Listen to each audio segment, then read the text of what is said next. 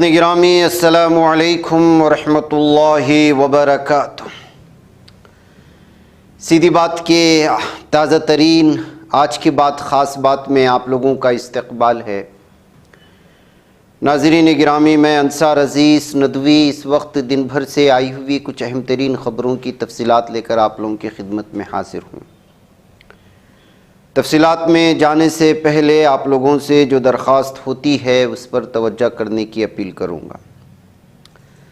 آئیے پہلی خبر کی جانب بڑھتے ہیں۔ کرناٹک حکومت نے 22 ستمبر سے 7 اکتوبر 2025 کے درمیان سبھی شہریوں کا ریاست بھر میں سماجی اور تعلیمی سروے یعنی ذات پر مبنی مردم شماری کرانے کی تجویز کو منظوری دے دی ہے۔ حکومت نے اپنے حکم میں کہا، تجویز میں دی گئی تفصیلات کو دھیان میں رکھتے ہوئے کرناٹک ریاستی پسماندہ طبقہ کمیشن کو 22 ستمبر 2025 سے 7 اکتوبر 2025 تک ریاست کے سبھی شہریوں کی سماجی اور تعلیمی حالت پر سروے کرنے کی منظوری دی جاتی ہے۔ حکم میں کہا گیا ہے کہ کرناٹک ریاستی پسماندہ طبقہ کمیشن کے چیئرمین نے پہلے حکومت کو مکتوب لکھ کر مذکورہ مدت کے دوران سروے کرانے کی منشا ظاہر کی تھی۔ حکومت نے واضح کیا کہ اس نے سروے کی تاریخ طے کرنے اور باضابطہ حکم جاری کرنے سے پہلے تجویز کی احتیاط سے جانچ کی تھی۔ ادھر کرناٹک کے وزیر اعلیٰ سدھارامیا نے کہا کہ کرناٹک میں اقتصادی اور سماجی سروے 22 ستمبر سے شروع ہوگا اور اسے ٹالا نہیں جائے گا۔ کچھ وزیروں کے احتجاج اور ملتوی کرنے کے مطالبے کی خبروں کے درمیان انہوں نے کہا کہ یہ سروے پسماندہ طبقہ کمیشن ہی کرے گا اور وہی طے کرے گا کہ اسے کیسے کیا جائے۔ انہوں نے بی جے پی پر اس معاملے میں سیاست کرنے کا الزام لگایا اور کہا کہ کانگریس حکومت ہندو مخالف نہیں ہے۔ کانگریس کے قومی صدر ملکاجن کھڑگے نے وزیر اعظم نریندر مودی کو ایک بار پھر ہدف تنقید بنایا ہے۔ انہوں نے امریکہ کے ساتھ موجودہ تعلقات کو لے کر سوال اٹھایا اور کہا کہ مودی حکومت کی خارجہ پالیسی سے ہندوستانیوں کو کافی نقصان اٹھانا پڑ رہا ہے۔ کھڑگے نے social media platform X پر رد عمل ظاہر کیا اور لکھا کہ وزیر اعظم کو یوم پیدائش پر ملے ریٹرن گفٹ نے ہندوستانیوں کو کافی مایوس کر دیا ہے۔ مدھیہ پردیش کے کسان یوریا اور ڈی اے پی کی شدید قلت سے پریشان ہیں۔ کسان کئی دنوں سے کھاد کی تلاش میں ہیں، لیکن دستیابی نہ ہونے کے سبب وہ بوائی کے موسم میں مشکلات کا شکار ہیں۔ مٹر کی بوائی کا وقت قریب ہے، لیکن کھاد نہ ملنے کے باعث کسانوں کی پریشانی بڑھتی جا رہی ہے۔ رپورٹ کے مطابق شہسپورہ، چرگاواں، بیل کھیڑا، نیم کھیڑا سمیت متعدد علاقوں میں کسان مسائل سے دوچار ہیں اور سخت ناراضگی کا اظہار کر رہے ہیں۔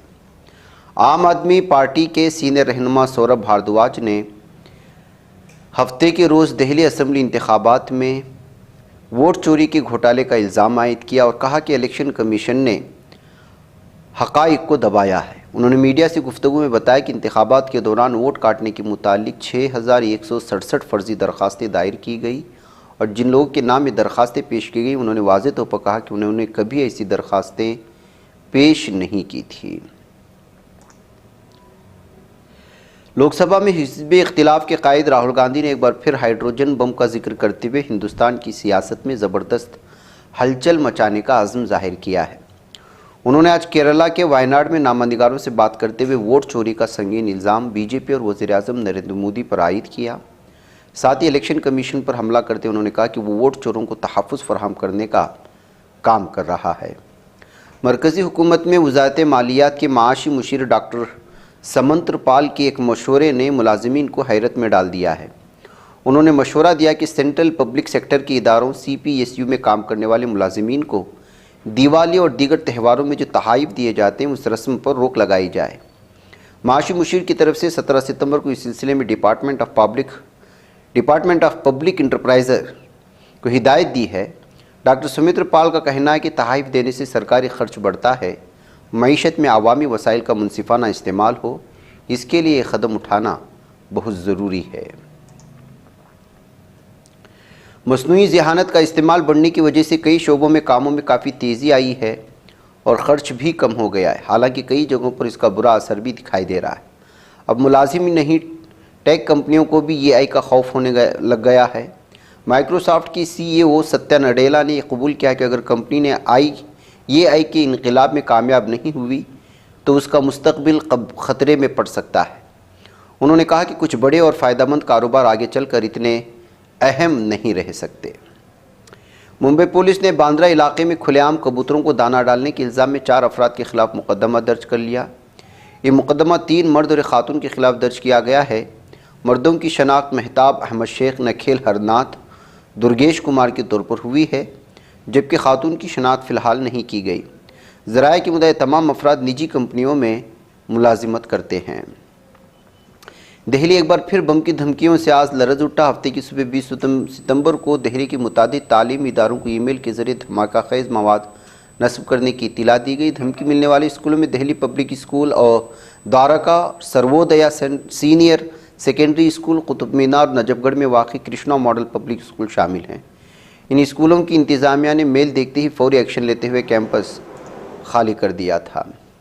امریکہ کے ڈالاس علاقے کے 2 ہوائی اڈوں پر پہنچے ہزاروں مسافروں کو کافی دقتوں کا سامنا کرنا پڑ رہا ہے۔ یہاں پر 1800 سے زیادہ اڑانوں میں تاخیر ہوئی، جبکہ سینکڑوں اڑانوں کو رد کر دیا گیا۔ دراصل ٹیلی کمیونیکیشن میں خلل کی وجہ سے فیڈرل ایوییشن ایڈمنسٹریشن نے اڑانوں کو روک دیا تھا۔ اس کی وجہ سے لوگوں کو کافی پریشانی اٹھانی پڑ رہی ہے۔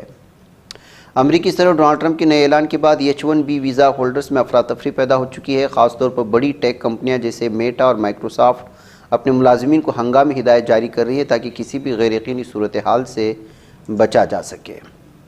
یورپ کے کئی ایئرپورٹس پر سائبر حملے کی خبروں نے ہلچل پیدا کر دیا۔ بتایا جا رہا ہے کہ لندن اور برسلز سمیت یورپی علاقوں کے کئی بڑے ایئرپورٹس پر یہ حملہ ہوا ہے، جس کی وجہ سے پروازوں میں رخنہ اندازی پیدا ہوئی۔ کئی پروازوں میں تاخیر ہوئی، کئی طیارے تہنوس پرواز کا انتظار کر رہے ہیں۔ عالمی سطح پر ہوائی اڈوں ایئر لائنز کے لیے سسٹم آپریٹ کرنے والی کمپنی کولنس ایرو اسپیس نے سائبر حملے سے متعلق ٹیکنیکی خامی کی تصدیق بھی کر دی ہے۔ ایک طرف ایران اسرائیل کے ساتھ چلنے والی 12 روزہ جنگ کے خسارے سے نکلنے کی کوشش کر رہا ہے، دوسری جانب معاشی دباؤ سے نبرد ایران کو ایک بڑا جھٹکا لگا ہے۔ دراصل جمعہ 19 ستمبر کو اقوام متحدہ کی سلامتی کونسل میں ایران کی جوہری پروگرام کو لے کر ہوئی ووٹنگ میں ریلیف کی تجویز کو مسترد کر دیا۔ یہ تجویز جنوبی کوریا کی جانب سے لایا تھا تاکہ ایران پر عائد پرانی پابندیاں دوبارہ نافذ نہ ہوں، لیکن اسے ضروری حمایت نہیں مل پائی۔ نتیجتاً اب ستمبر کے آخر تک 2015 سے قبل والے اقوام متحدہ کی تمام سخت پابندیاں خود بخود بحال ہو جائیں گی۔ ماہرین کے مطابق قدم ایران کی کمزور معیشت کو براہ راست متاثر کرے گا اور مغربی ممالک کے ساتھ کشیدگی میں مزید اضافہ ہو جائے گا۔ اقوام متحدہ کے سیکریٹری جنرل گوٹریس نے عالمی اداروں پر زور دیا ہے کہ وہ قابل اسرائیل کے ممکنہ رد عمل کے خوف سے باہر نکلیں اور فوری طور پر غزہ میں جاری قتل عام کو روکنے کے لیے عملی اقدامات کریں۔ انہوں نے کہا کہ قابل اسرائیل نہ صرف غزہ پر درندگی کی جنگ مسلط کیے ہوئے بلکہ بتدریج مغربی کنارے کی انضمام کی کوششیں بھی تیز کر چکا ہے۔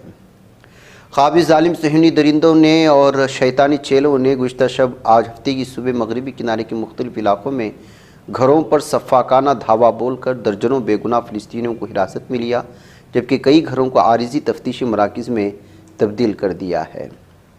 بین الاقوامی عدالت انصاف نے اعلان کیا کہ برازیل نے اس تاریخی مقدمے میں جنوبی افریقہ کا ساتھ دینے کا فیصلہ کیا جس میں قابض ظالم صہیونی درندوں پر غزہ کی پٹی میں فلسطینی عوام کے خلاف نسل کشی کے بھیانک جرائم کے ارتکاب کا الزام عائد کیا گیا ہے۔